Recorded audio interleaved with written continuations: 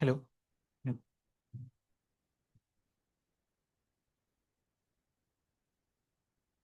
Yeah, try this.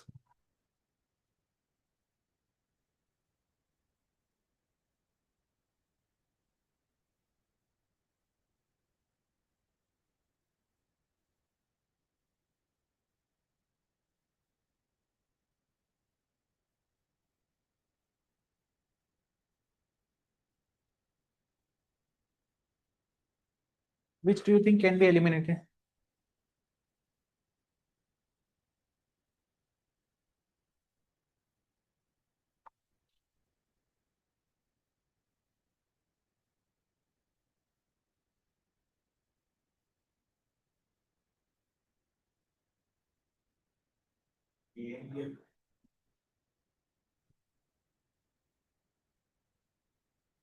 Which can you eliminate? D can be eliminated. Okay, so what it says, let's see, the best government is the one that allows the citizen to enjoy absolute liberty in all matters of life. Is this possible? No. Okay, there was one PYQ in GS which said there is no liberty if there are no restrictions. So there is no liberty without restrictions. Why? Because if I give liberty to all of you, then, and if I don't apply any restrictions, then you will start infringing on some other person's liberty. So that is not possible to give absolute liberty in all matters of life. So very extreme, wrong. Then the best government is one that provides absolute physical security to the people of the country. What do you think? Absolute physical security is again very difficult. Okay, for because governments must punish also. For some people who are doing some doings, then you have to punish also. Anyway, you want to keep it, you can. Or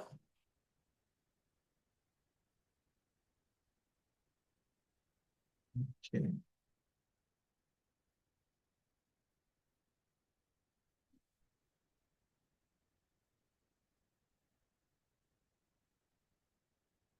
Then hello, yeah.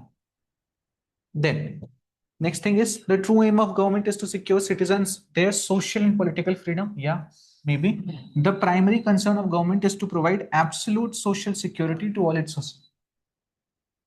This also seems strong, that absolute social security. So in all probability, answer would be A. But anyway, let's read the statement passage. The ultimate aim of government is not to rule or control by fear, nor to demand obedience, but conversely to free every man from fear, that he may live in all possible security. In other words, to strengthen his natural right to exist and work without injury to himself or others. The object of government is not to change men from rational beings into beasts or puppets. It should enable them to develop their minds and bodies in security and to employ their reason unshackled. Okay, so basically, what do you think? It is talking about social and political freedom. It is talking about does not cause work without injury to himself or others. When you talk about or others, then there is no place for absolute physical security, absolute social security, absolute liberty, because you have to think of others also. So answer becomes A. Then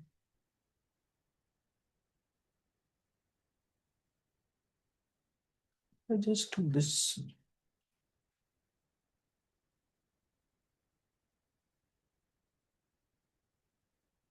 जाता भी तो नहीं है।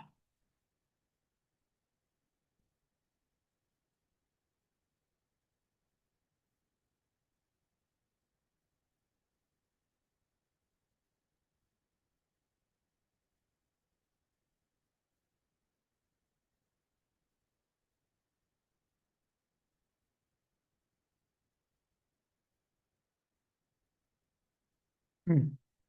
Try to do this. Which among the following is the most logical assumption that can be made from the above passage?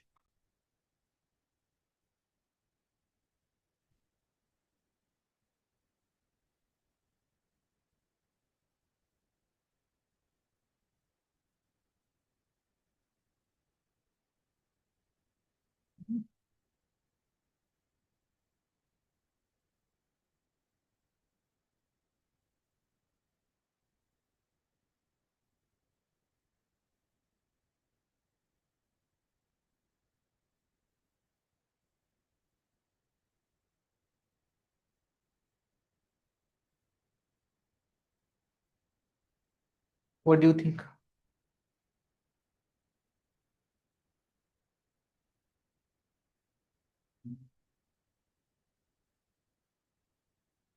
First, just tell me what can be eliminated.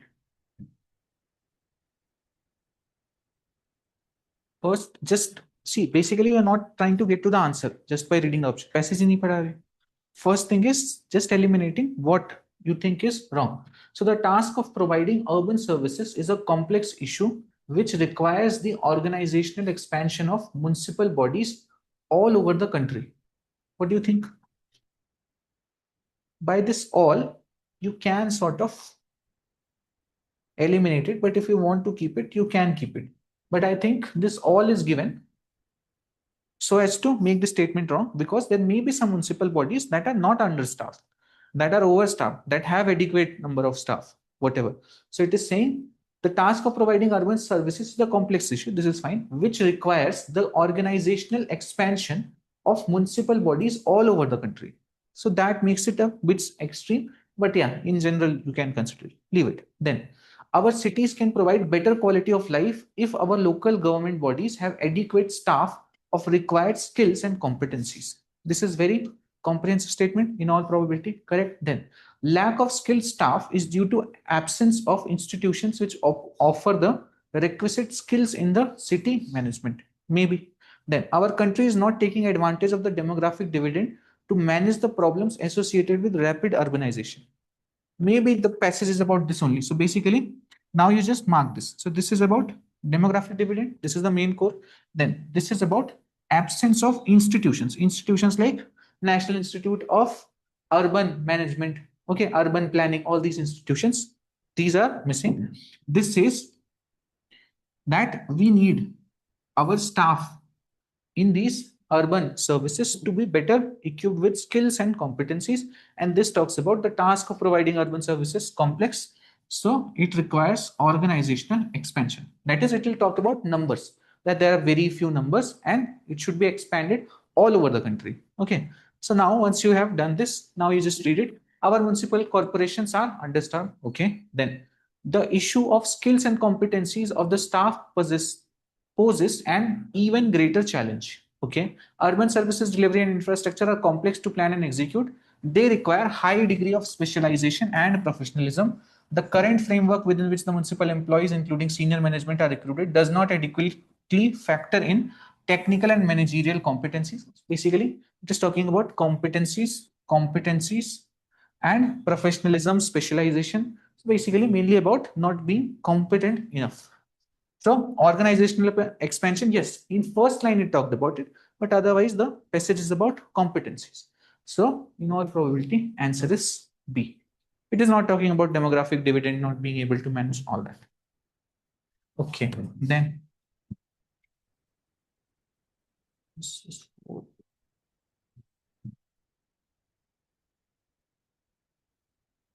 two more.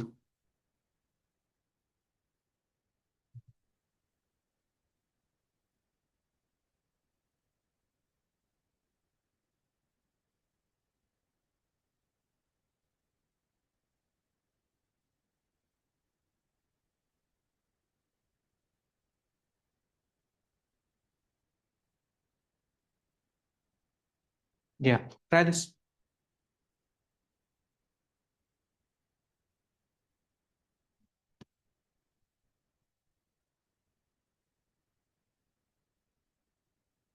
Huh? Okay. First is what? The population of the world is growing very fast. What do you think? Huh? First of all, this is not factually true. Also, one more thing I can tell you that this way of writing, this is not how a normal or an author would write. Okay. Very much. Thank you very much. A lot. Many. Okay. Forever, ever, whatever. So basically, very and all these adjectives are not usually used. So the population of the world is growing very fast. No, authors will usually write, if they will have to write, the population of the world is growing at an unprecedented pace. Like this, you must have read statements. Now, anyway, it is not growing very fast. Okay, then if you want to keep it, you can keep it. Then food security is a perennial problem only in developing countries? No. Food security can be a problem in developed countries also. Correct. In fact, most developed countries don't grow their food. So if there is some break in supply chain, then they will start having this food security problem. Okay. Then the world does not have enough resources to meet the impending food scarcity. What do you think? Yes, in a way, this is correct. We keep talking about that we don't have enough resources and the population is increasing. Then food security is increasingly a collective challenge. Yes. So basically, now I need to focus on these two are gone. That world, does it have, is the world seeing and impeding food scarcity, or that food security is a collective challenge? Okay, now I read the passage. It says by 2050, the Earth's population will likely have swelled from 7 to 9 billion people. Okay, to fill all those stomachs while accounting patterns, climate change, and a finite amount of arable land and potable water, some experts say food production will have to double. Okay, then then how can we make the numbers add up? Experts say higher yielding crop varieties and more efficient farming methods will be crucial. So will waste reduction. So it is giving you some initiatives that can be taken. Then experts urge cities to reclaim nutrients and water from waste streams and preserve farmland. Okay. Poor countries they say can improve crop storage and packaging. Okay. And rich nations could cut back on resource intensive foods like wheat. So it is talking about what? That is, what should the poor countries be doing? What should the rich countries be doing? And overall, what can be the steps? Now, if you read here, it is telling the world does not have enough resources to meet the impending food scarcity. Yes, the passage says this, but this is not the crux of the passage. This is not the main idea of the passage. Main idea of the passage is more solution oriented than posing a problem. This is posing a problem that the world does not have enough resources to meet the impending food scarcity. The passage is all about solution to this. So it is giving you what steps can be taken here, and then what poor countries can do, what developed countries can do. So basically, food security is increasingly a collective challenge. Okay, this we have seen in majority approach. That is, it should be all encompassing. Okay, then last.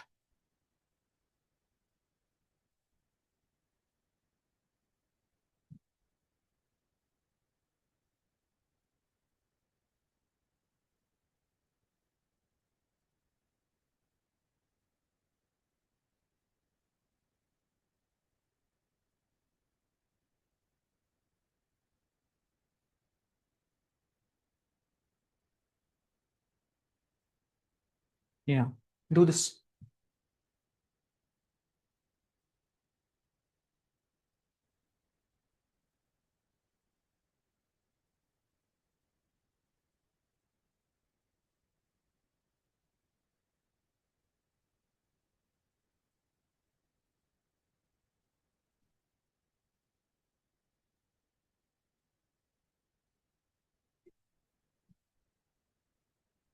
Read it, everyone.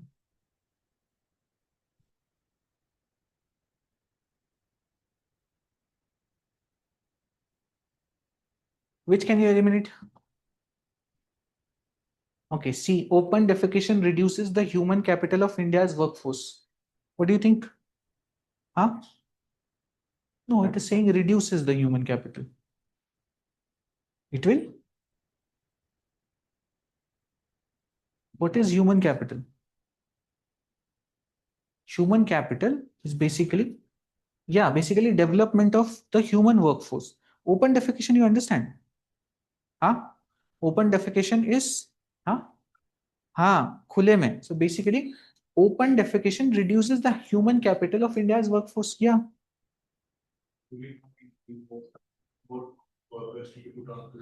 Right, this is not human capital. See, okay, we'll understand it. For now, you just leave it. I'll make you explain. I'll explain you this. Then, open defecation is a public health problem in all developing countries. This is specific to certain countries like ours. Okay, not a public health problem in all developing countries. Then, the central government and state government in India do not have enough resources to afford a latrine for each household. What do you think? Huh? No, but claiming that we do not have enough resources to afford this is very extreme. In all probability, wrong. Of course, they have defense spending this, that, but they do have enough money to supply this. Okay, then open defecation is the most important public health problem of India.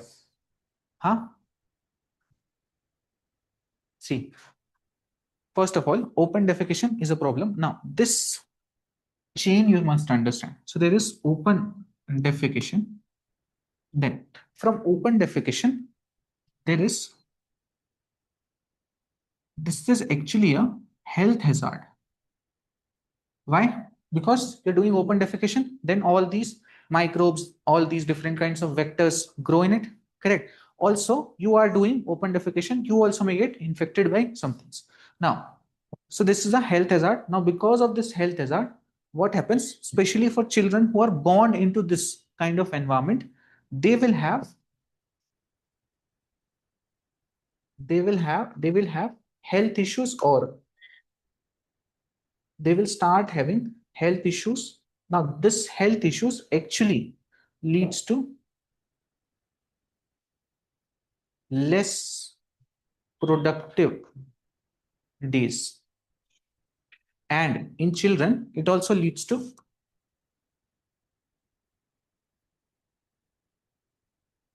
less overall development. That is their mental development, physical development. That's why India has 1/3 of the stunting, because children start facing diseases from the get-go. Okay, then because of this, they will be less educated and they will have no jobs, and then they will do more open defecation. So this is the cycle of how open defecation works. So open defecation can actually lead to different kinds of health issues. Those health issues forces these people to not get, they are not healthy for most of the time, so they are not able to get proper education or development.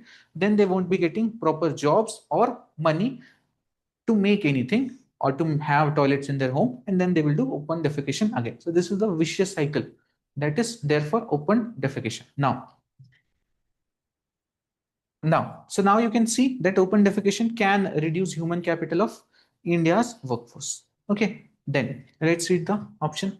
Open defecation is disastrous when practiced in very densely populated areas, okay, where it is impossible to keep away human feces from crops, wells, food, and children's hand. So this is the major issue, that when it starts reaching people in some way, then groundwater is also contaminated by open defecation. Many ingested germs and worms spread diseases. Okay, then they prevent the body from absorbing calories and nutrients. Nearly 1/2 of India's children remain malnutrition. Lakhs of them die from preventable conditions. Diarrhea leaves India's body smaller on average than those in some poorer countries. This is lack of overall development of children, where people eat fewer calories. Underweight mothers produce stunted babies prone to sickness who may fail to develop their full cognitive potential. Now, if they don't develop their full cognitive potential, they won't be a productive asset to the whole country. Then the germs released into the environment harm rich and poor alike, even those who use deterrents. Understood? So basically, this flow you needed to know. This you study in. There is a topic called poverty and hunger. Huh? I don't know who takes it. So poverty and hunger, you learn about all of this. Okay. So now open defecation. This is not if this B was correct. If this B was correct, it must be comparing it with some other kind of problems. Because it is saying open defecation is the most important public health problem of India. Then it must compare with other problems and then tell that this is the most important. So actually, the answer is C. Open defecation reduces human capital of India's workforce. In human capital, what you want your human that is the citizenry. What you want from the citizenry that they are healthy, they are cognitively developed, they are a productive asset to the economy. And that is why a single term captures everything. That is human capital. Okay, so answer becomes C. Okay, that's it. Huh? This, no, you were saying this statement. We were eliminating, no? Huh? Okay. Actually, you were trying to tell the right answer. Yeah, so it does reduce. Yeah. Okay, that's it. Now the time is 2:27. You have the paper with you?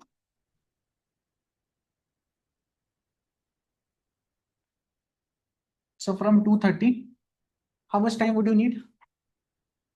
How much time would you need to do all the questions? See, leave question number 30. I think the passage is missing. So 1 to 29 you have to do. How much time do you need? Huh?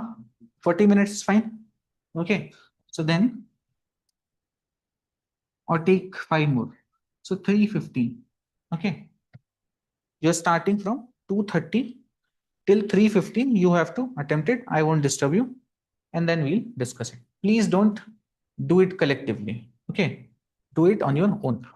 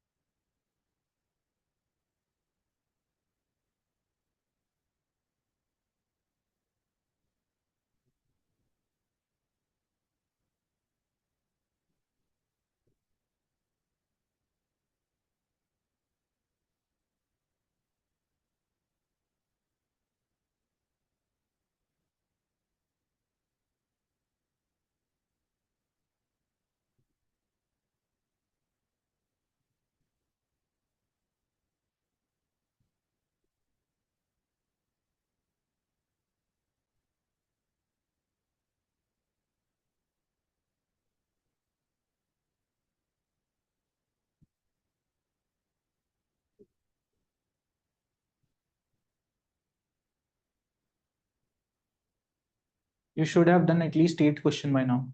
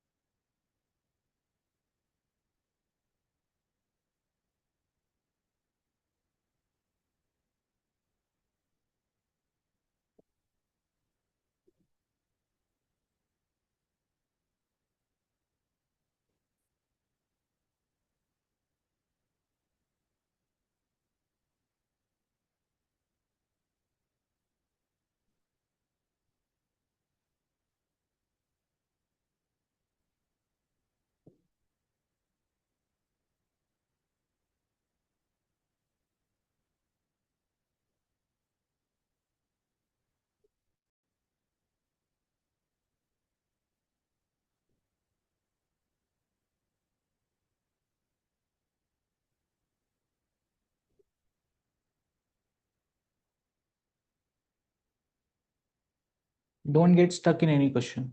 Just keep moving.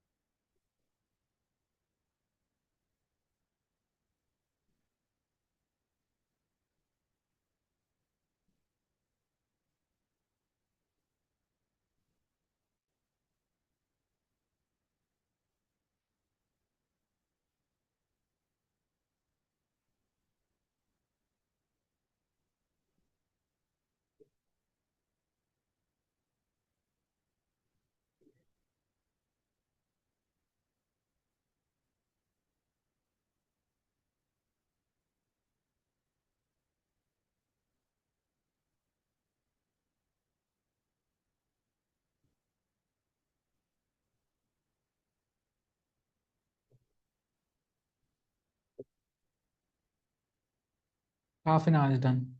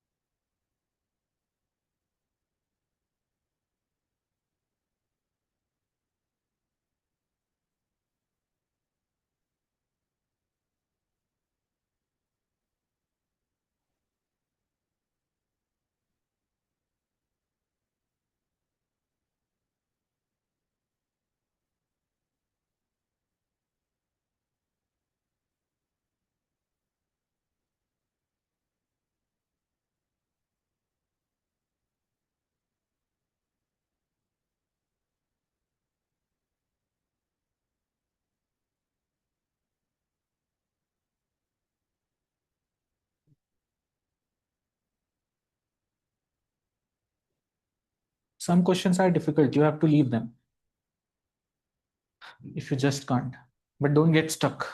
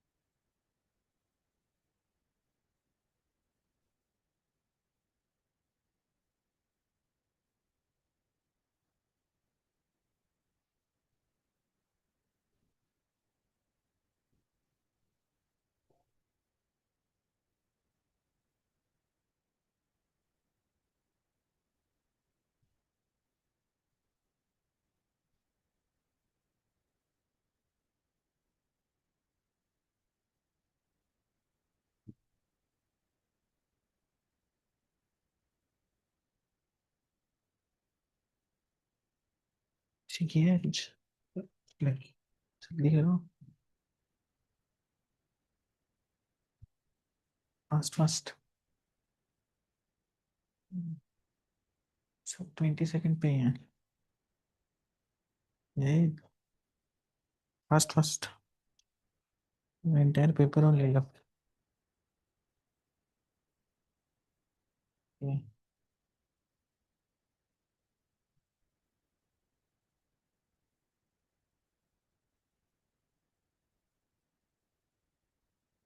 don't get stuck. If you're not able to see all questions, then it's not worth it.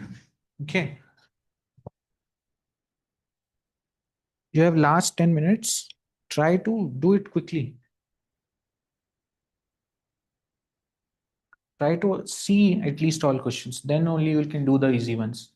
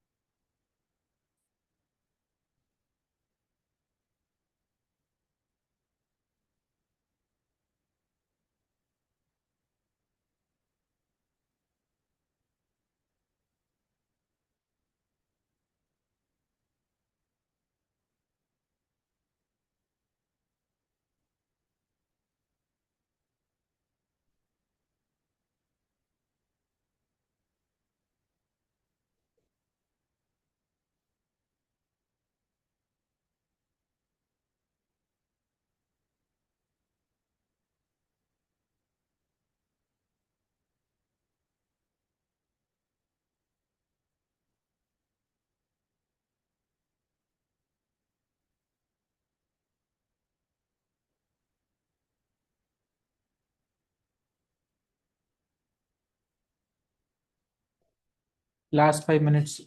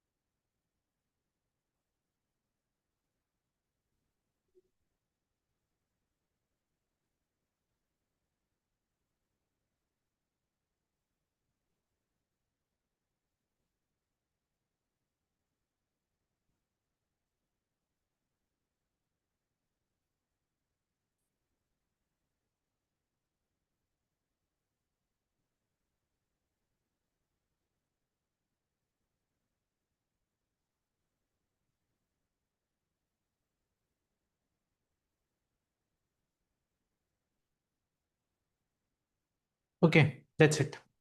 Online students, that's it. Okay, so we started at 2:27. You can consider it 2:30. Now we are at 3:15. So we have given 45 to 48 minutes. Okay, you should be able to attempt all the questions at least in this much time, actually in even lesser time. Our aim is to get to 35.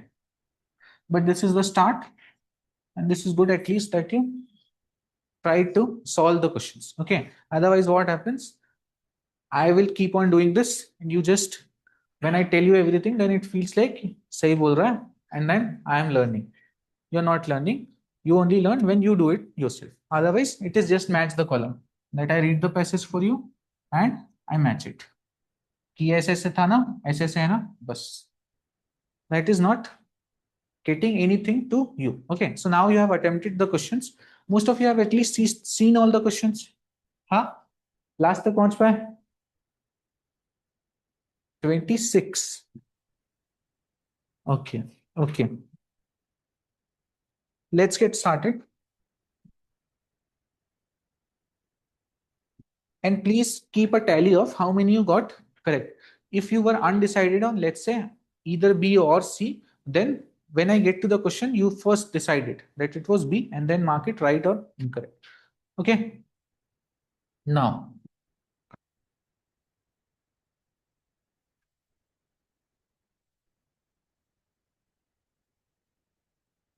this was the first question. So what I saw in this paper, actually the middle portion had difficult questions.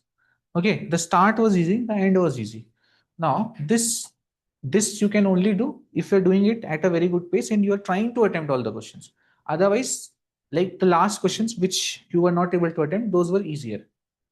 Okay, then the middle one that you got stuck in. Small paragraphs were there that were a little tricky to do.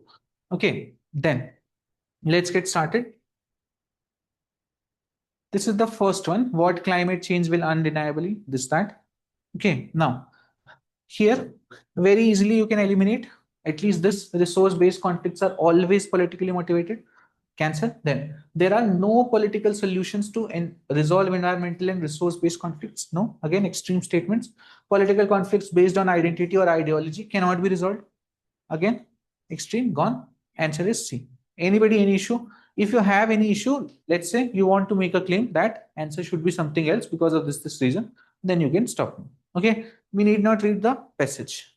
Fine. Then next, this was the second passage. Now this was again little tricky. So basically, what it says, the keynote that seems to be emerging from the passage is that now we should reject suggestions of friends and remain unchanged.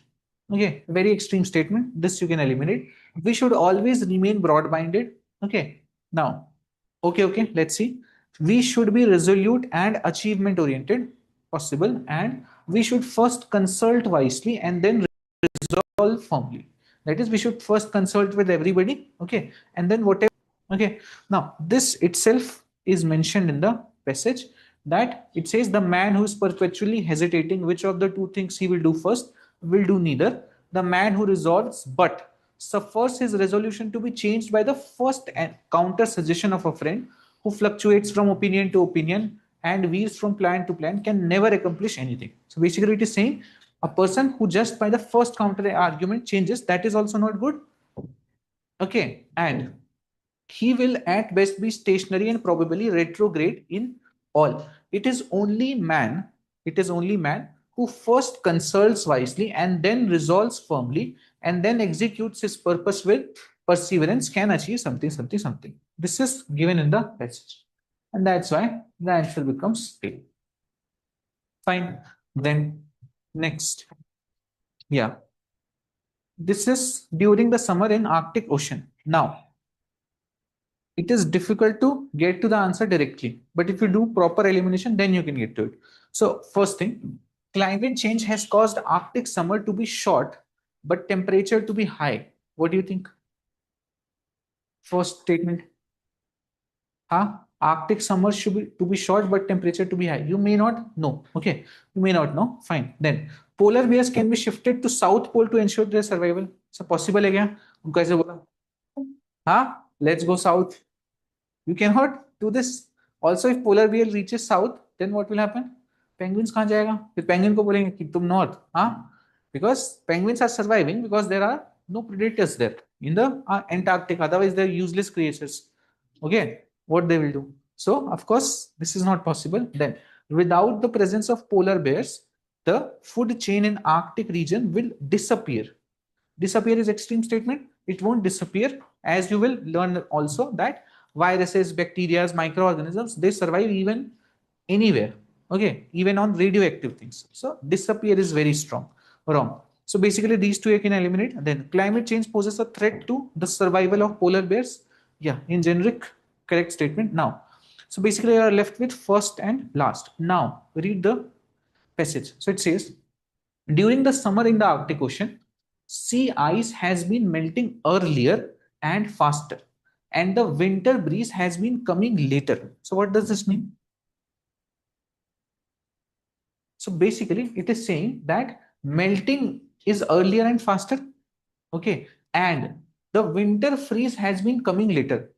So, winter is coming later, and melting is going, melting is coming earlier. So, that means what? That means summer is longer, winter is shorter. And the first statement says opposite. Climate change has caused Arctic summer to be short. No, to be long. But temperature to be high. Half part is correct, but to be short is incorrect. That's why this statement is incorrect. And now, answer becomes D. Climate change poses a threat to the survival of polar bears. Now, if you read the passage is a typical way that some authors write. So basically, this is like a revelation kind of passage that at last it tries to tell what his main motive was. So if you just read it, it says during the summer in the Arctic Ocean, sea ice has been melting earlier and faster, and the winter freeze has been coming later. In the last 3 decades, the extent of summer ice has declined by about 30%. The lengthening period of summer melt threatens to undermine the whole Arctic food web, atop which stand the polar bears. So basically, this whole argument is saying about why polar bears are in a vulnerable situation because of all these reasons, and because of this, the entire food web is affected.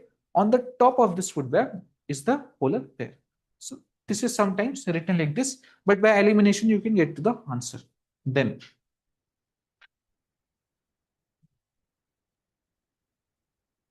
ये open defecation purity इनका favourite है. Okay, why do people prefer open defecation and not want toilets? Okay, so first is, what is the most crucial message? Now, first can be easily eliminated. The ideas of purity and pollution are so deep rooted, they cannot be removed. Gone. Then, people cannot change their old habits. Again, extreme. Gone. People have neither civic sense nor sense of privacy. Again, very extreme. Okay. ये बहुत viral भी हो रहा है. No civic sense. So basically, neither civic sense nor sense of privacy is again wrong. You can get to the answer directly.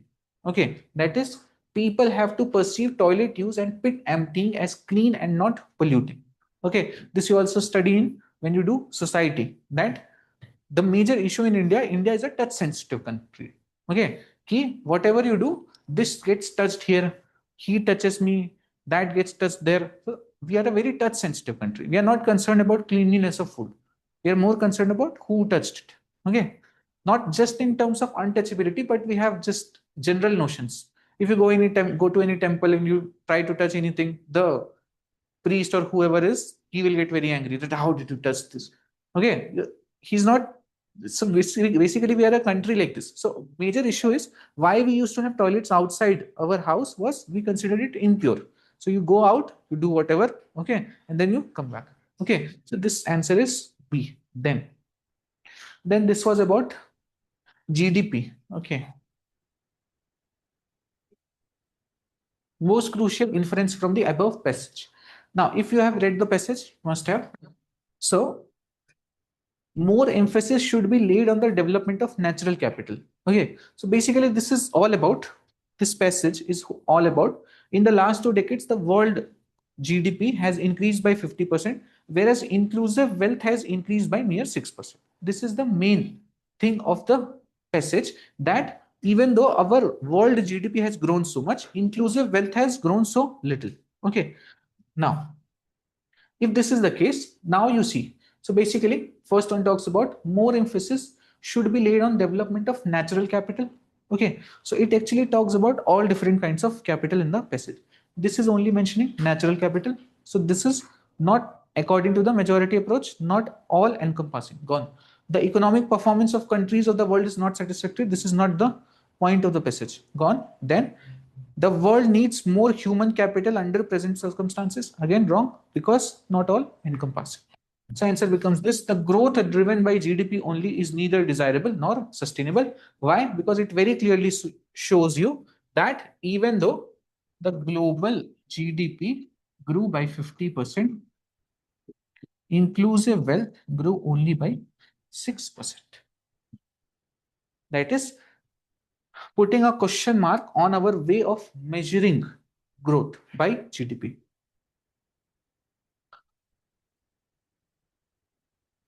And this is not anti GS in any way. If you have, there is a chapter called government budgeting that you do. In there, you read about that GDP is not the best parameter to measure economic growth. In GDP also, if you want to use, you will use real GDP instead of all that.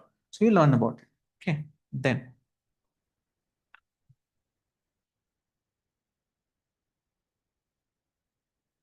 yeah.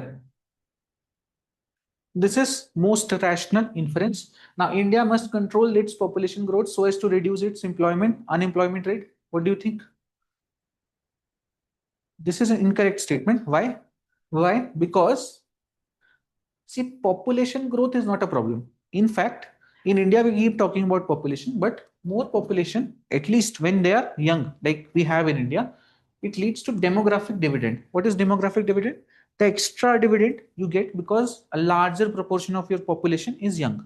Okay, so that in itself is not bad. But India must control its population growth so as to reduce its unemployment rate. No, the best solution would be that India increases its employment rate or reduces its unemployment. Then India is poised to achieve the double digit growth very soon. As I've told you, statements like this are mostly incorrect. Then India is capable of supplying the skilled young people to other countries. Maybe this is a correct thing. Now, labor reforms are required to make in India to make optimum use of its vast labor productivity. Maybe. Now, if you read the statement, if you read the passage, it very clearly talks about labor reforms. By 2020, the global economy is expected to run short of this million young people. India could fill this gap. In this context, that see,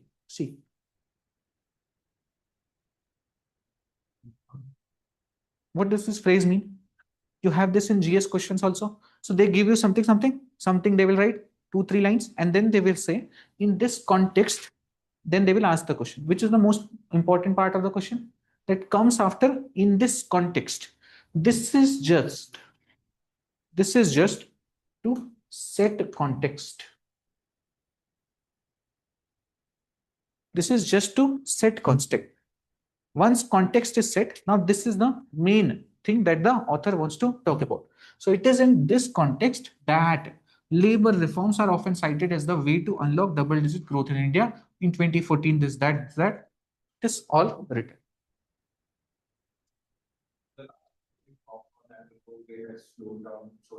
Hmm. Hmm. So again, that doesn't that again between the connection between the first initial that set context and the ending context to no. So basically, ultimately, you're left with two options. One option is saying that India can be the country that provides surplus labor, and the other is about labor reforms. So this is the context setting, and then everything is about labor reforms mainly. You're comparing those two. Yeah.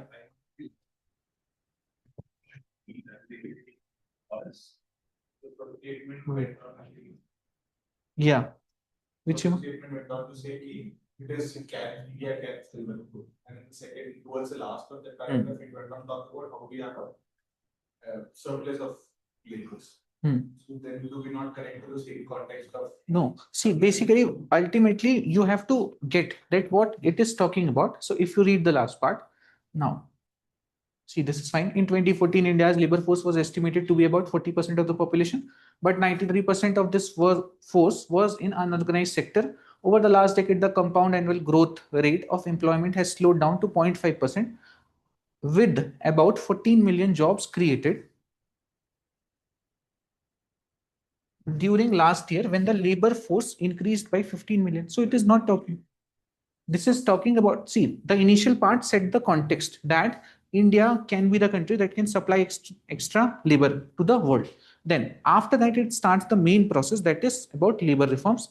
Then at last, it is talking about the figures that what has happened, current annual growth rate and all that. It is not saying that now we have such surplus labor that we must be sending this. If it was the main thing, then it will have said that at last it would have said that we should be sending more people to foreign countries. We should sign up agreements with them so as to shift our extra labor to foreign countries. That is not the context. Once after mentioning it first time, then it is talking about general data. Okay. So it says what? Which remark? Remark D.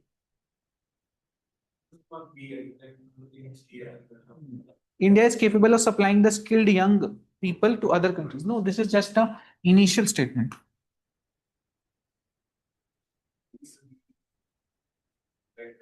See, it is in context means that is just to give you context. Okay. Labor reforms is the main thing. Labor reforms are required to make in India to make optimum use of its vast labor productively. Okay. Then now these we'll see little later. Those two. Yeah.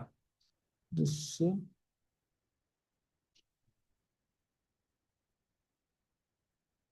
yeah. Let's see this. I've left two questions. We'll see them later.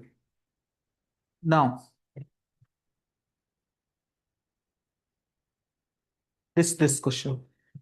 Privileges. Which question number is this?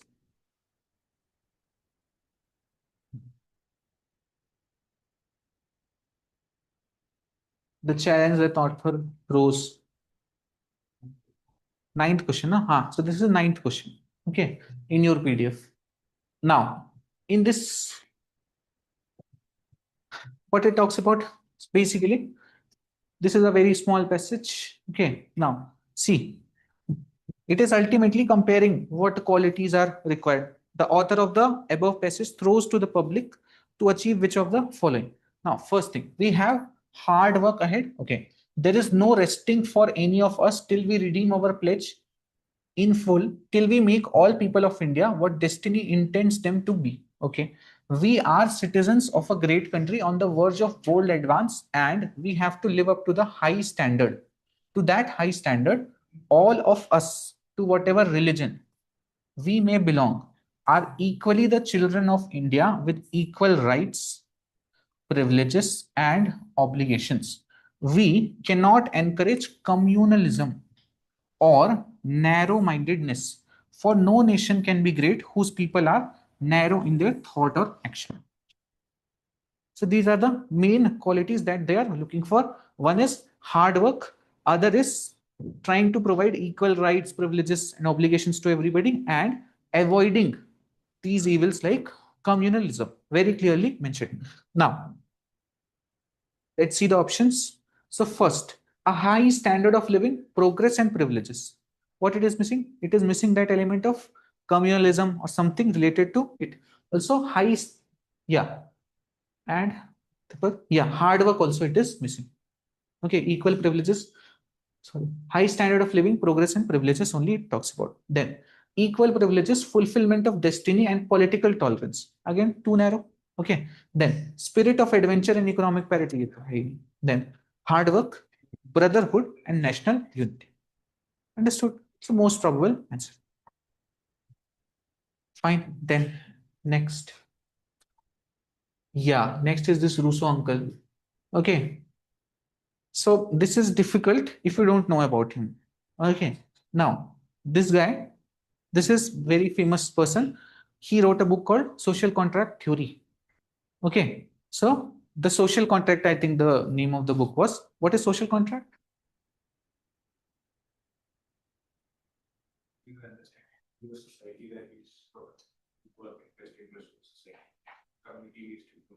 Yes. So basically, social contract theory is very, so it says that instead of everyone trying to maximize their own good, they will, so this is individual, all these individuals, instead of always trying to exercise in the best interest of themselves, they are giving this power to a authority that is usually called a government that will ensure the larger welfare of the entire society.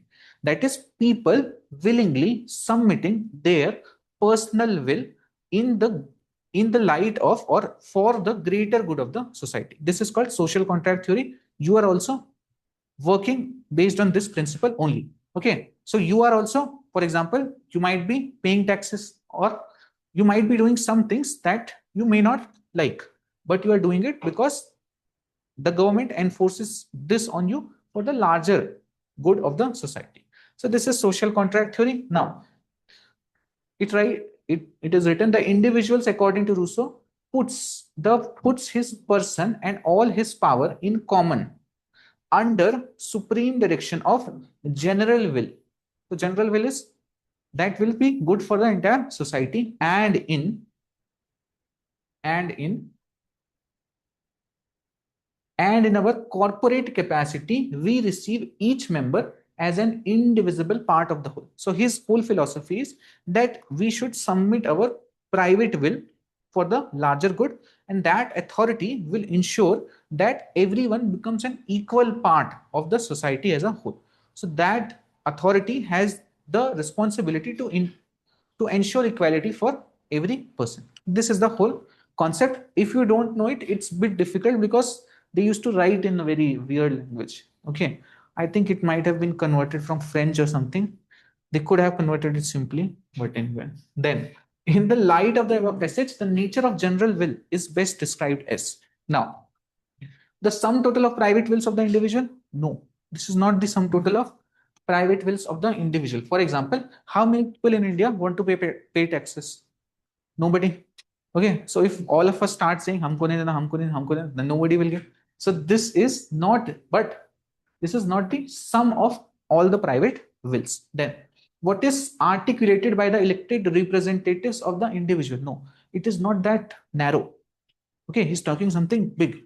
Okay, then the material interest of the community.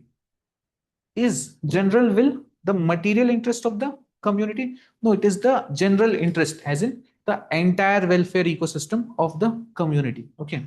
Then the collective good as distinct from private wills of the individual. This is the core of it. Okay. And this becomes the answer. But not on you. Just by reading this, getting to the answer is difficult. Okay. Now, if they tend to repeat, then it's fine.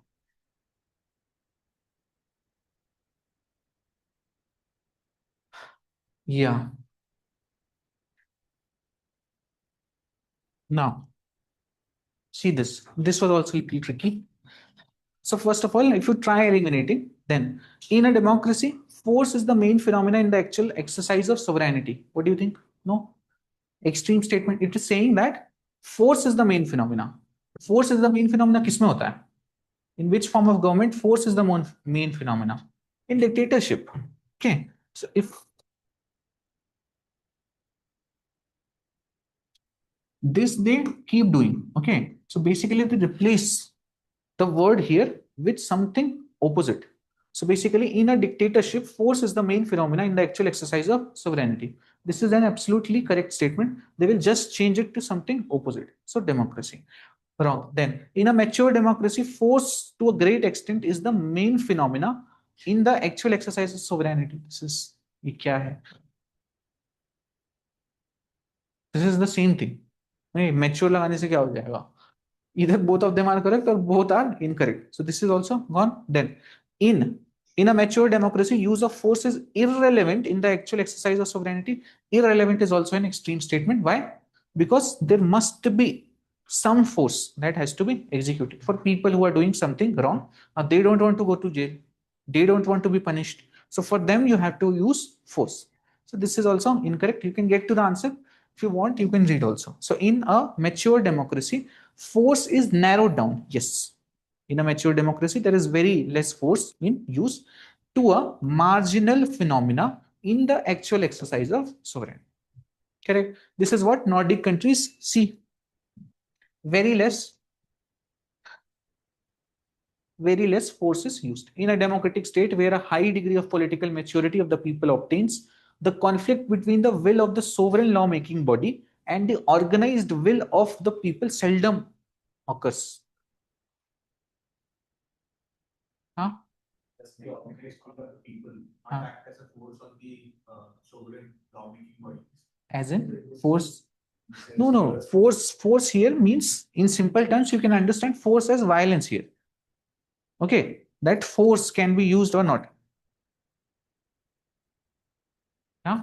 Force was not mentioned. Huh.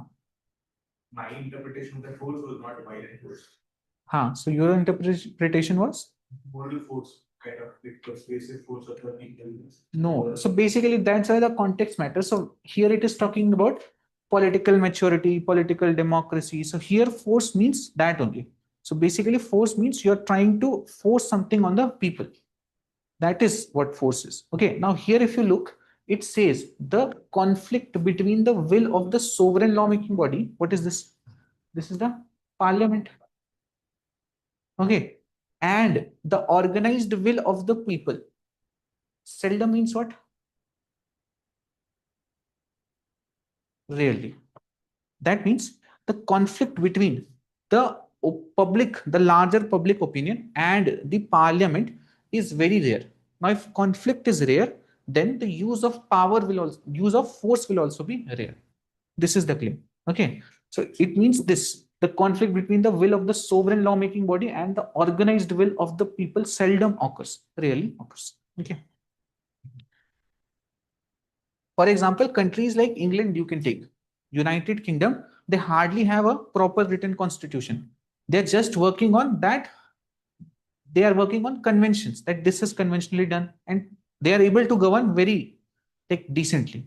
Okay. Why? Because everybody believes in the convention, and there is very rarely you will find conflict between the larger will and the sovereign lawmaking body. Then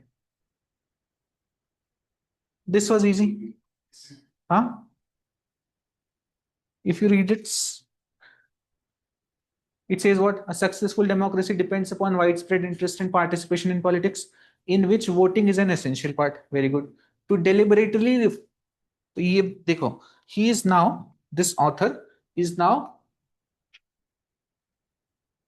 in Urdu we say lantan. Okay. So he is just saying bad about people who don't go to vote. So it is saying to deliberately refrain from taking such an interest and from voting is a kind of implied anarchy. It is to refuse one's political responsibility while enjoying the benefits of a free political society. So, what you are escaping if you're not going to vote, you're escaping your responsibility, your duty to vote, the right to vote. So, when we write about advanced rules, there we will write that sometimes if the question is too tricky, what you do, you read the options and then think in your head what the passage would look like. Like if it were a write a short note on the right to vote, what your passage would look like? Wouldn't it look like that people should have the right to decide, okay, who should govern them, men, women equally, this, that you will write now instead of this. Correct. So by that logic also you can get to it. Then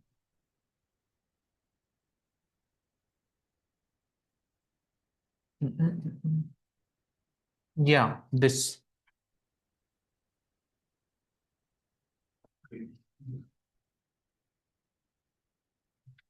Got this correct? Huh? This.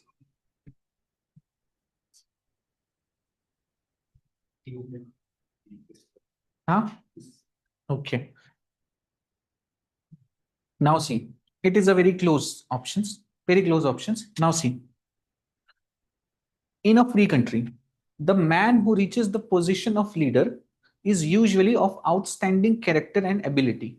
Okay. Now, moreover, moreover,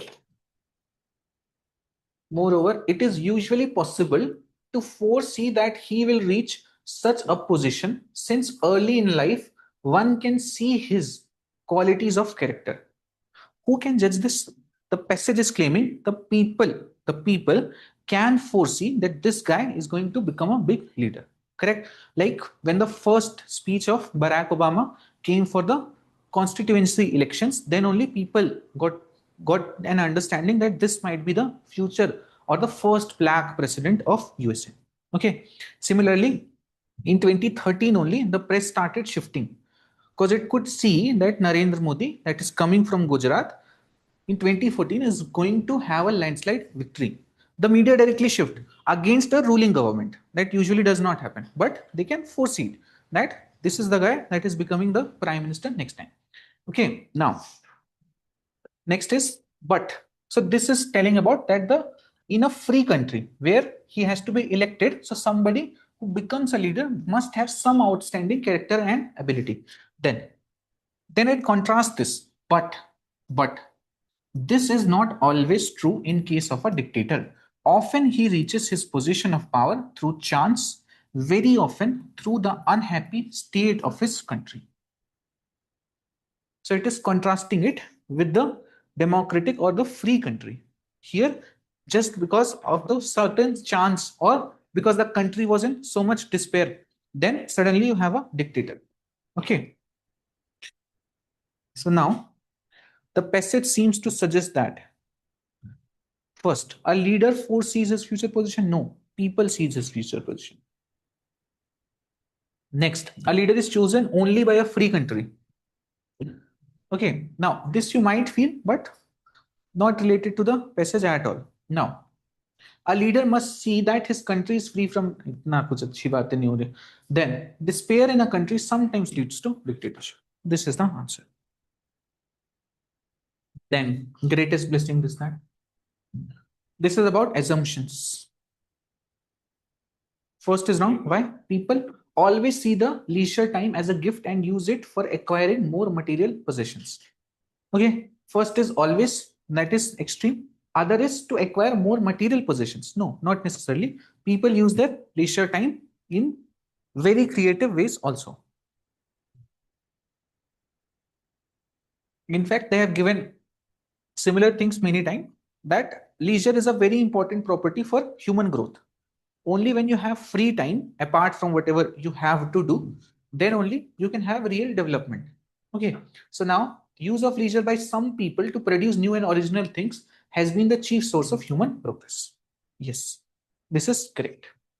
So answer becomes 2 only. Then this similar kind of argument they have made in several other RCs also. So basically they try to argue that instead of work, leisure is also very important. Okay, without it you won't have any creativity, you won't have real growth. Then yeah,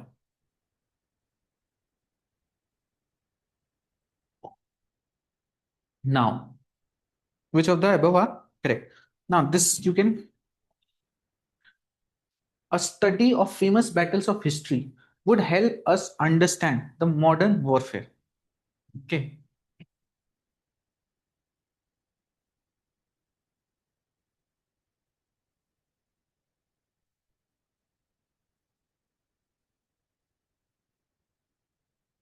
It talks nothing about modern warfare. It talks nothing about modern warfare. It in fact talks about that studying history, especially the historical battles, is very important for somebody who aspires to be a leader. This is what the passage is mainly about. If you see the passage,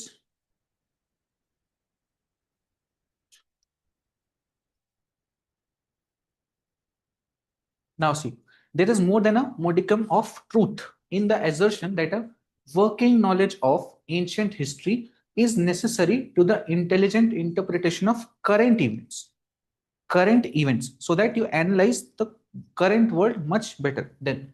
But the sage who uttered these words, that is, who gave this prophecy, these words of wisdom might well have added something on the benefits of studying, particularly the famous battles of history, for the lessons they contain for those of us who lead or aspire to leadership.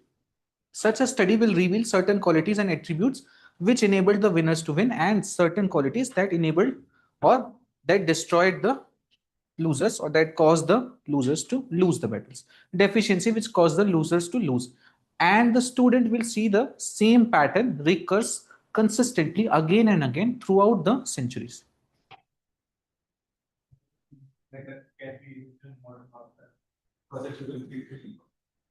No.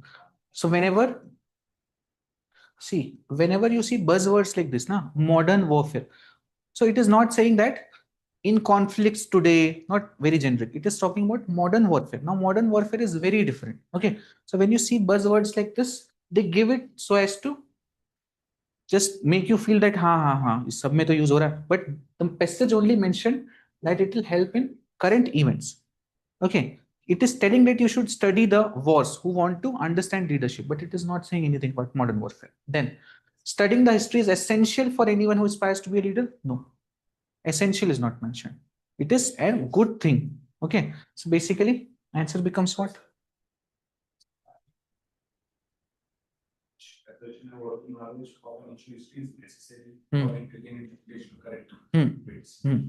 That line along with this towards the end line, what all the stage talking about the qualities.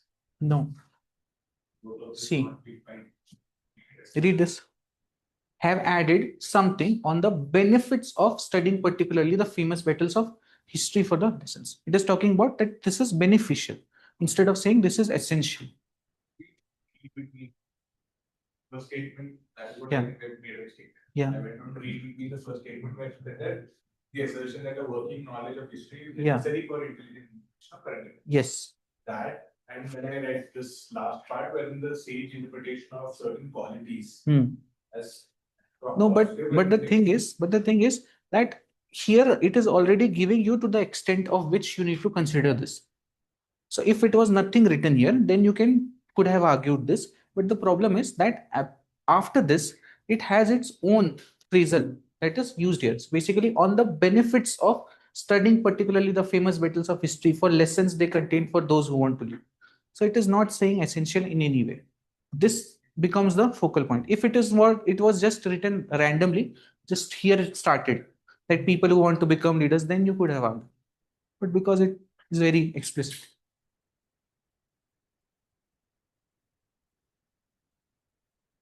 Then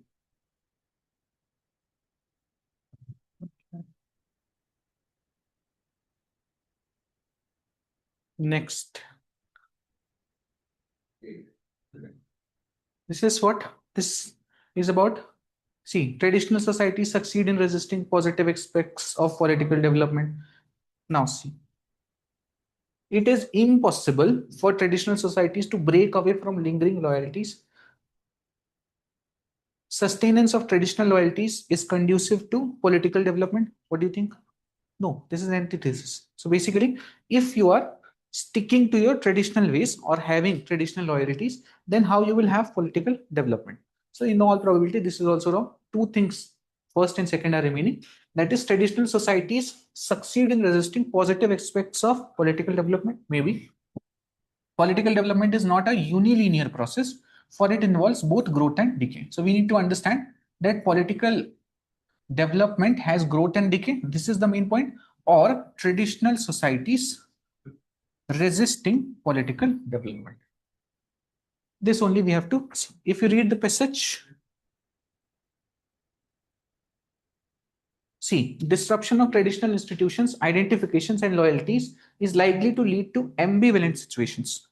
It is possible that some people may renew their identification with traditional groups, whereas others align themselves with new groups and symbols emerging from processes of political development. In addition, political development tends to foster group awareness of a variety of class, tribes, region, clan, language, religion, occupation, and others. So basically, what is happening? Like right now also, yeah. So basically, when the internet came, when new information came of all other countries of different things.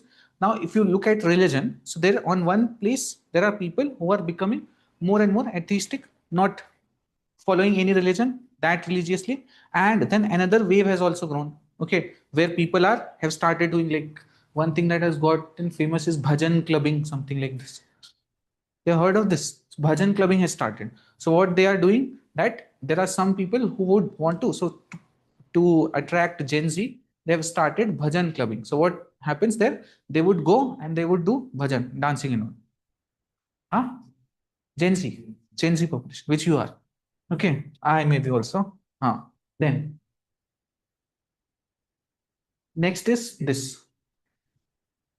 First, emergence of powerful mass leaders is essential to create sub-national political entities and thus ensure successful devolution and decentralization. What do you think? Huh? This is gone. Then the upper tier of government should impose devolution and decentralization on the regional communities by law or otherwise. But this is not decentralization.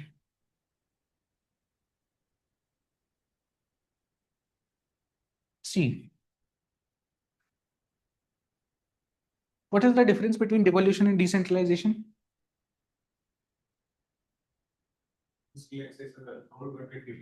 Distributed to the states or to the in the other one, it is more of ground level based or grassroots level organizations. Okay, so basically, in strict sense, devolution and decentralization. Devolution is when central government is giving some authority to the lower states or state is giving to the local bodies. Decentralization is when the power emanates from the constitution itself. For example, India has decentralization or federalism in case of state and centers. Why? Because constitution itself says this power belongs to the particular states. So this is decentralization. Now it says the upper tier of government should impose devolution is fine, should impose decentralization on the regional communities by law or otherwise. Does not make much sense. Decentralization does not come like this. Then devolution to be successful requires a democracy in which there is free expression of the will of the people at lower level and their active participation at the grassroots level. Seems like a good statement. For devolution to take place, a strong feeling of regionalism in the masses is essential. Not very likely. If you read the entire passage, you would be getting to the answer. See, anybody has issue? Huh? Fine. Okay. Then next.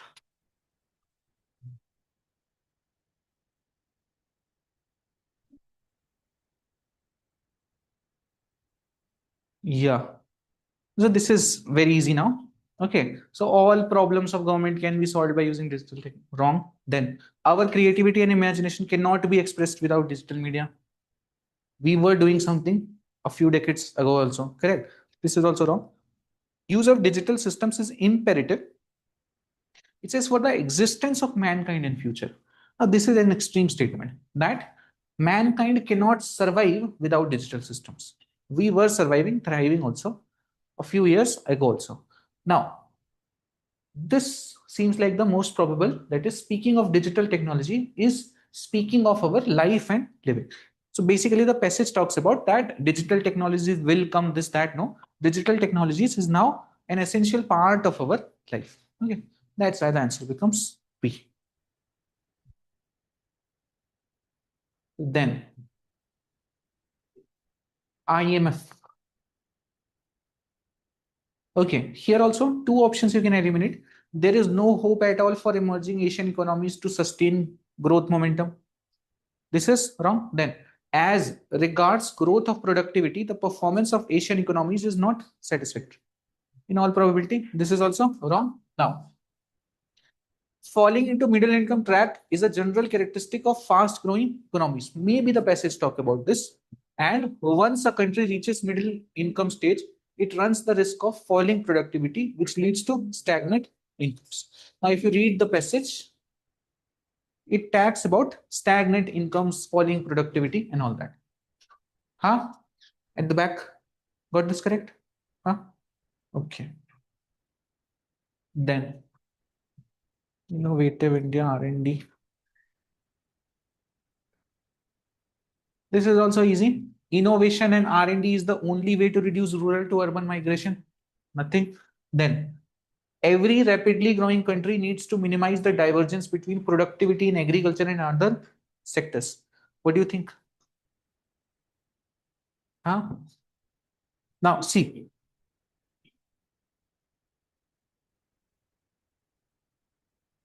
you need not only think about in terms of India. Every rapidly growing country needs to minimize the divergence between productivity in agriculture and other sectors. For many, many countries, agriculture does not even matter. It is not even what they do as a work of life. So what they do, if you know, during the Russia-Ukraine war, why so many countries were affected? Because these are the major exporters of wheat, and they were importing wheat all together. So they import wheat, vegetable, chocolate, milk, everything. Many European countries, they don't grow anything. अपना मस्त कुछ अच्छा करते हैं, service sector, and then they're happy. So saying this, every rapidly growing country needs to minimize the divergence between productivity in agriculture and other sectors. No, this is a India specific problem, not of every developing country. Okay, so this is wrong. That's why they gave every. Then rapid urbanization takes place only when a country's economic growth is rapid. No, even in not even growth, the countries that are going through negative growth also see very high rapid urbanization. Why? Yeah, so basically there is widespread unemployment. That's why they will start shifting to the capital. That's why you will find that, for example, Bihar has seen a lot of urbanization. Really, Bihar has seen a lot of urbanization. Patna has so many people that it cannot even carry.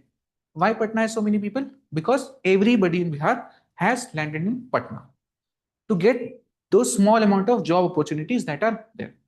Okay, so urbanization is not a function of just being developed. It is a function of opportunities.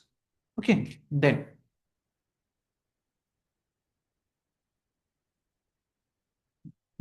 this is what inclusive innovation and R&D can help create an egalitarian society. Now the other options are not even talking about innovation and R&D. And if you read the passage, it is about R&D and innovation. See, as you know, an innovative India will be inclusive as well as technologically advanced, improving the lives of all Indians. Innovation and R&D can mitigate. They are not even mentioning this. So very easy to do. Then next, the world will not be able to cope with large scale migration of climate refugees. Again, doomsday statement. Okay, so gone. We must find ways and means to stop further climate change. Maybe. Then climate change will be the most important reason for the migration of people in the future.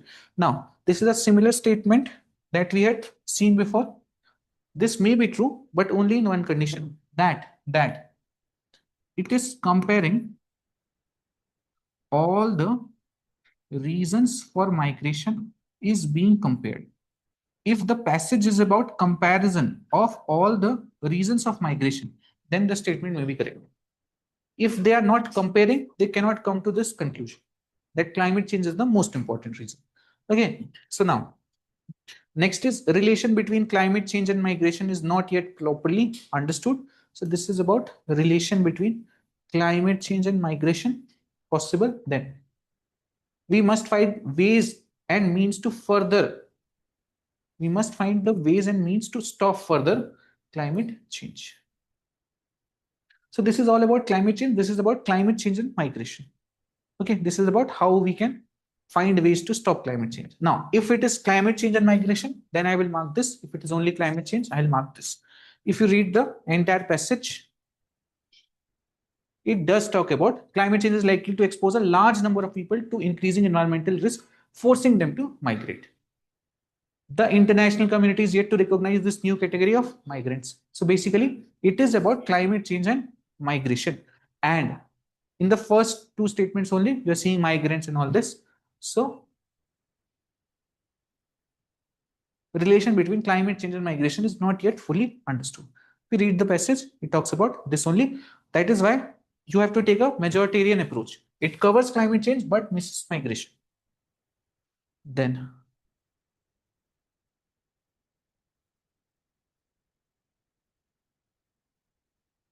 Yeah.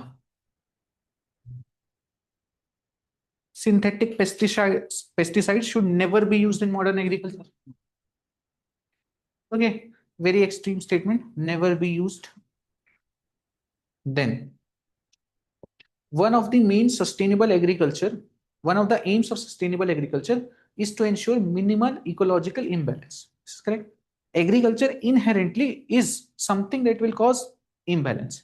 Agriculture is not a natural thing. It is not a forest. So it will cause some imbalance, but if we do it in a sustainable way, it will ensure minimal ecological imbalance. Okay, then botanical pesticides are more effective as compared to synthetic pesticides. What do you think?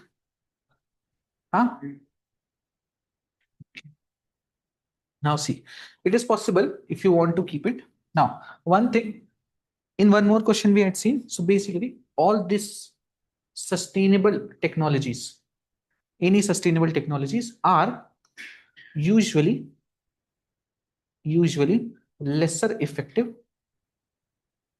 and are costlier. Very rarely you would find some sustainable technology that is more effective or less costly. It will always happen like this. If it were so, then you wouldn't have the chemical versions of them. So very rarely, if some scientist does some great work, then they will be able to find something that is more sustainable also, more effective also, and less in cost also. Otherwise, very difficult. Okay, otherwise the market would have chosen that only from the get-go. Now, so if you want to keep it, you can keep it. Eventually, we do know that botanical pesticides are more effective. No, they won't be more effective. Then let's read. Uh, uh, uh. Arre baap re. Many farmers use synthetic pesticides to kill infesting insects. The consumption of pesticides in some of the developed countries is touching this. Unfortunately, these are reports compound processes in a wait. Yeah. Synthetic pesticides are generally persistent in environment. What is persistent? Huh? Persistent means what?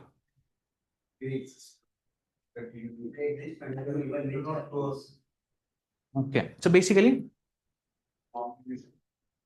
there is something called persistent pollutants. So basically, which do not get biodegraded or which remain in the environment. And then they go through a process called bioaccumulation and biomagnification. All those issues are created with them. There is also one convention for POPs, that is persistent organic pollutants. Okay, so that persistent. Now, so basically they are persistent in the environment, entering in food chain, they destroy the microbial diversity and cause ecological imbalance. Their indiscriminate use has resulted in development of resistant, this fine, yeah. Natural pest control using the botanical pesticides is safer to the user. First thing, then, and the environmental and the environment because they break down into harmless compounds. This was persistent, this will break down within hours or days in the presence of sunlight. Plants with pesticidal properties have been in nature for millions of years without any ill or adverse effects on the ecosystem. So, what it is saying, there are certain plants that have all these properties already. Okay, and they have been in the nature and they are doing fine.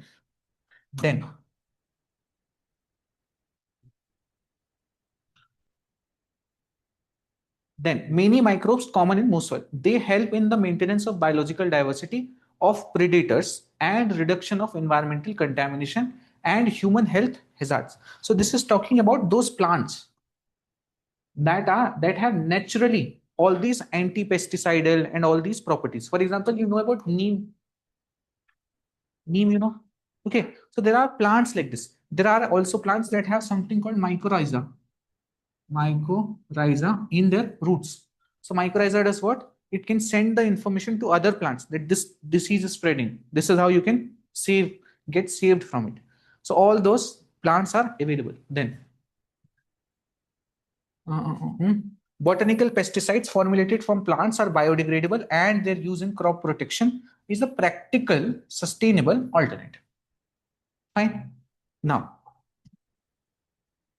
Now, if you see this, so this was gone. This is fine. Botanical pesticides are more effective as compared to synthetic pesticide. He is not claiming this. Neither this is correct. And that is why this is eliminated. Answer becomes B. Then this is about biopesticides. They are not hazardous to human health. It claims this. This is inherently much safer. Then they are persistent in environment. No. This is easily broken down into compounds. Okay. Then they are essential to maintain the biodiversity of any ecosystem.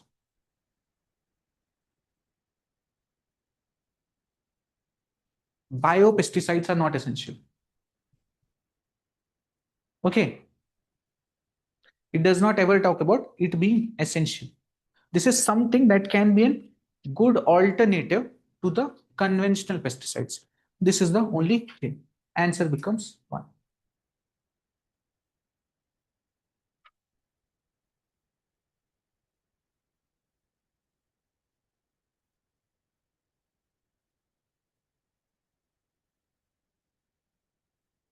This AQI is easy. So what this entire passage is about AQI. If you read the passage, it is talking about AQI, AQI, AQI. Now, if you read the option, our governments are not responsible enough to keep our cities pollution free. There is no mention of AQI except in third option.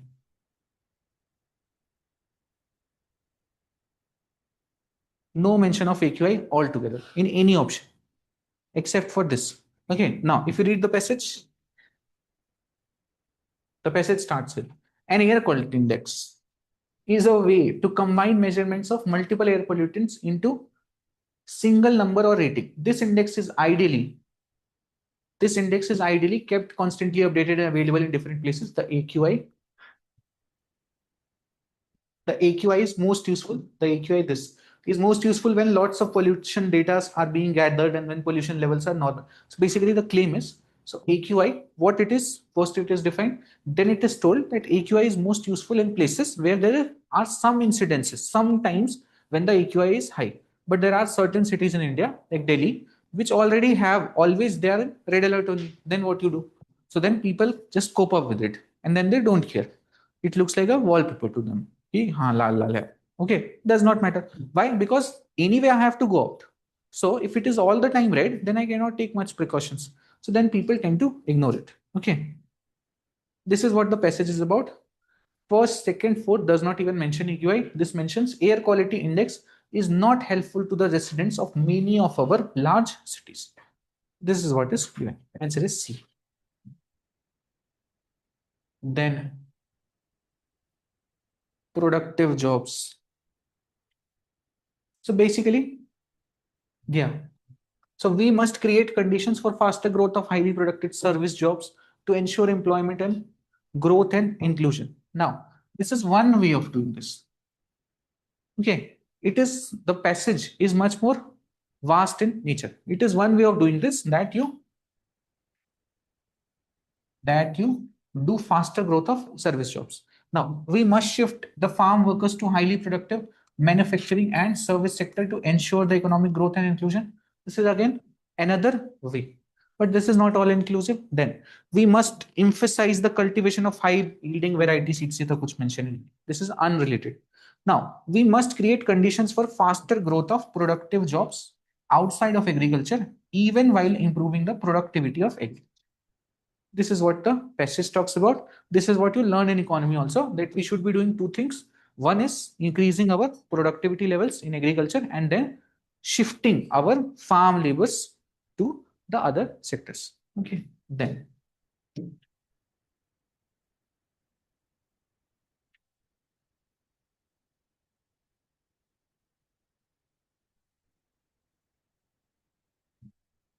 all countries of the world should be encouraged to replace eco-agriculture with conventional. Extreme statement. Then eco-agriculture should be permitted in protected areas without destroying the biodiversity there. Now you may think it is correct, but in all probability, so these need not be allowed in protected areas. Protected areas means what? Which has to be protected from any kind of human interaction, like national parks and all. Okay. But anyway, if you want to keep, you can keep. The yield of food crops will be very high if eco-agricultural practices are adopted to cultivate them. Correct? Again, same thing, sustainable technologies will not be more effective, producing more yield, will be less costlier. ऐसा कुछ नहीं होता. The only main advantage that they give is that they are sustainable.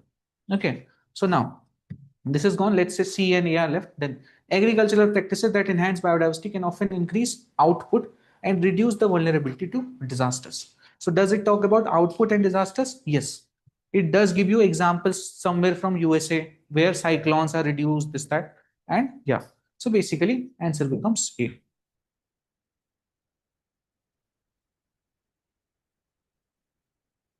Then this is about medium term challenge.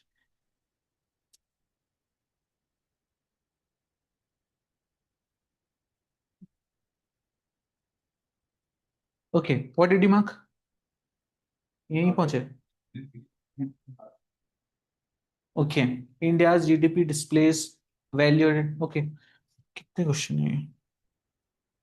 This is two, three questions are more there.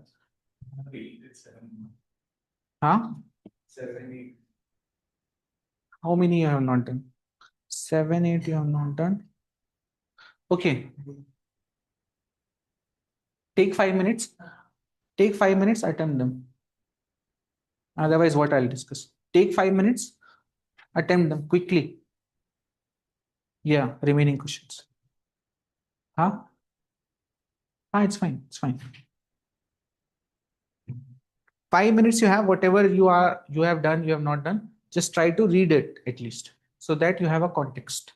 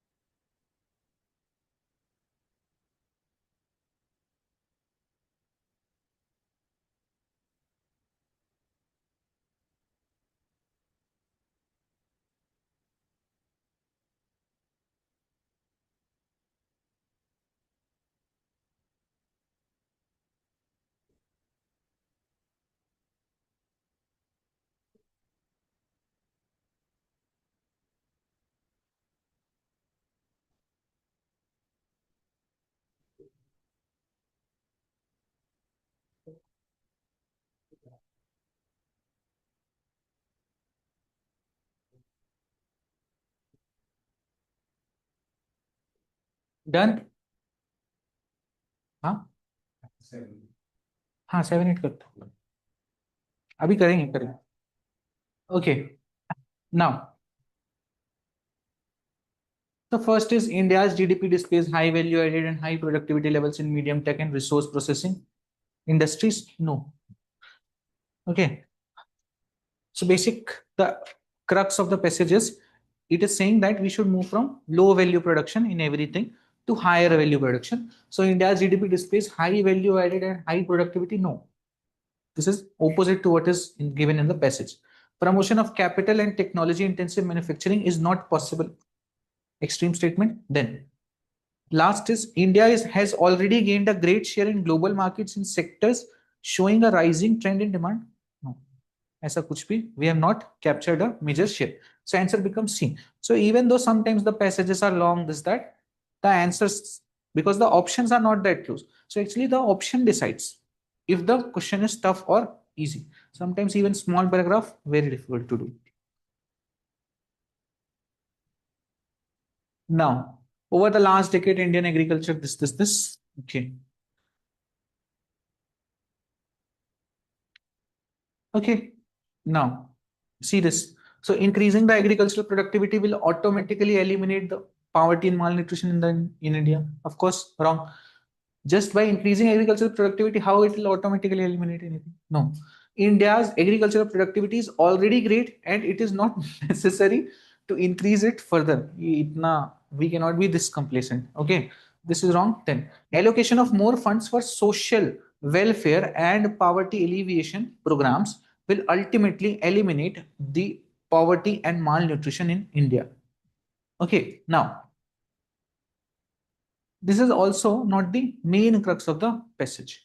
Now, it actually talks about increasing the efficiency of farm to fork value chain is necessary to reduce poverty and malnutrition. Okay, so it is saying, I think the passage was about that we produce enough, but it is not, yes, still not reaching the masses. So that means where do we have issue? If we are producing enough, not reaching the people, that means in the supply chain we have issues. So farm to fork efficiency we need to increase. Okay. Sometimes they use terms like this. Farm to fork, they will use. Suddenly, from monetary policy, they will start using Reserve Bank or Central Bank. So basically, it is for a UPSC aspirant only. Okay. Then, yeah, this. Okay. So now, this you have to imagine a little. So it says the state are like pearls and the center is like thread. So this is center and the state are like pearls.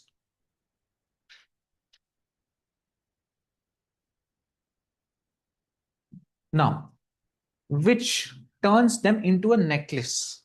If the thread snaps, the pearls are scattered. Now, first thing,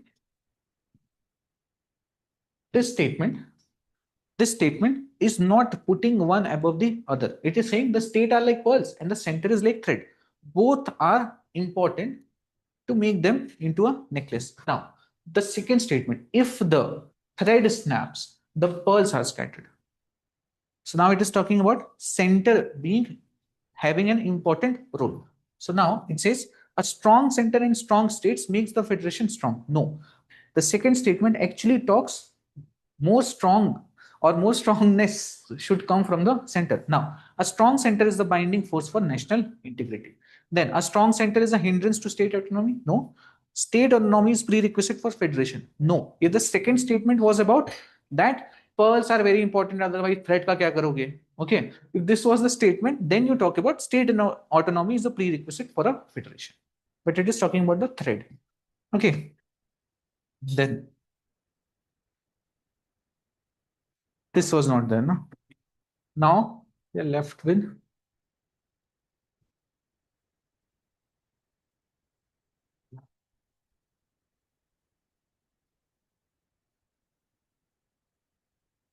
report.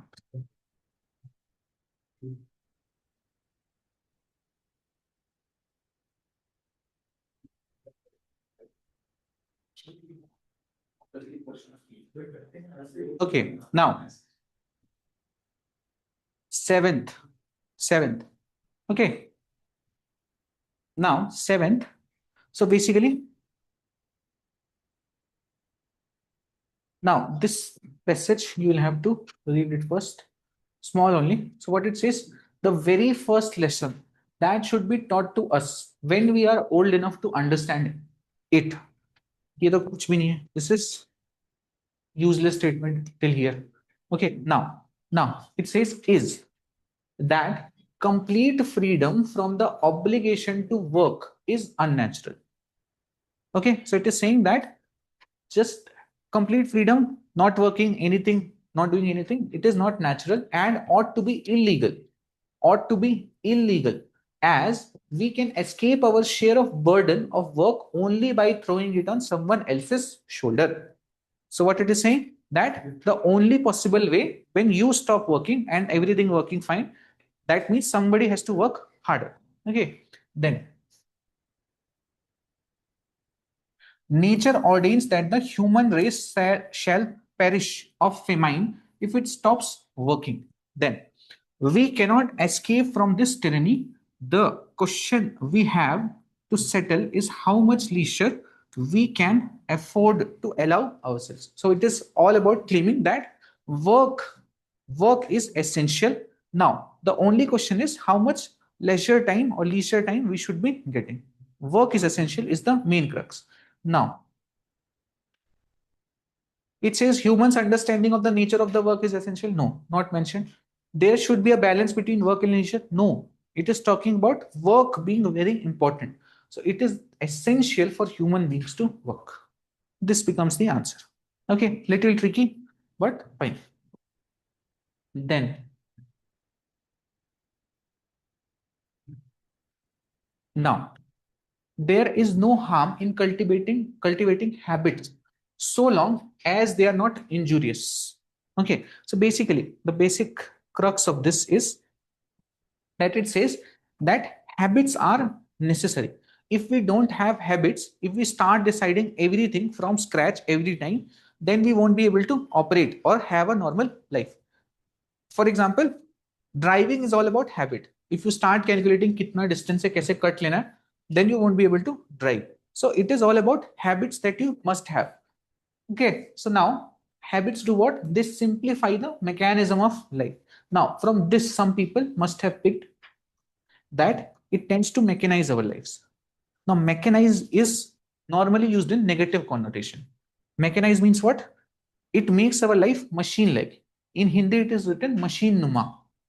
That is machine-like. So it makes our habits make our life machine-like. No, that means we are just. It means we are burdened by our habits. This means that we are burdened by आदत से मजबूर हैं.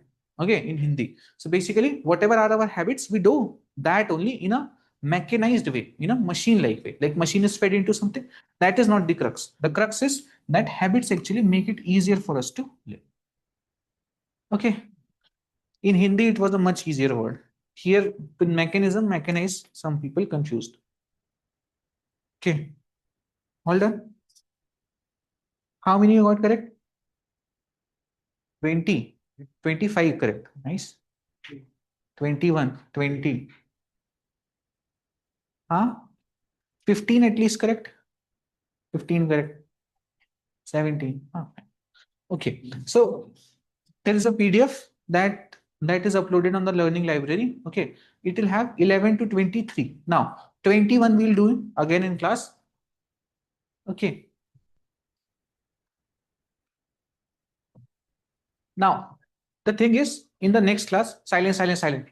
In the next class, we'll be understanding those advanced rule, because this paper was tricky in another way, but papers like 2021 and all, they have a lot of assumption based questions and some questions where you have to go little beyond them also, beyond what we have learned till now. So that we'll learn, we'll also practice some assumption based questions from 2023 in class, so that because now they've started asking more assumption based questions also. Okay, so that we'll cover and you're doing fine. This is 2017. Okay, that's it. Thank you. Comprehension? Is there any pattern? No, once we are done with the classes, okay, once we are done with the advanced tools and 2021, then you can start with the in the backward direction. It's better now. 25, 20. Oh. Oh, okay. In the no. Nothing like this. Whatever works for you. The thing is that you should be able to identify, or your target should be, if you are doing fine in RCs, your target should be to attempt all of them in the limited time. Now you just figure out just by reading the question. Like today we have taken much more time. 48 minutes is official. Then we took 5 more minutes. Okay. So we took around more than 50 minutes. We should get this to 35 minutes. That is the main target. That's it. Thank you.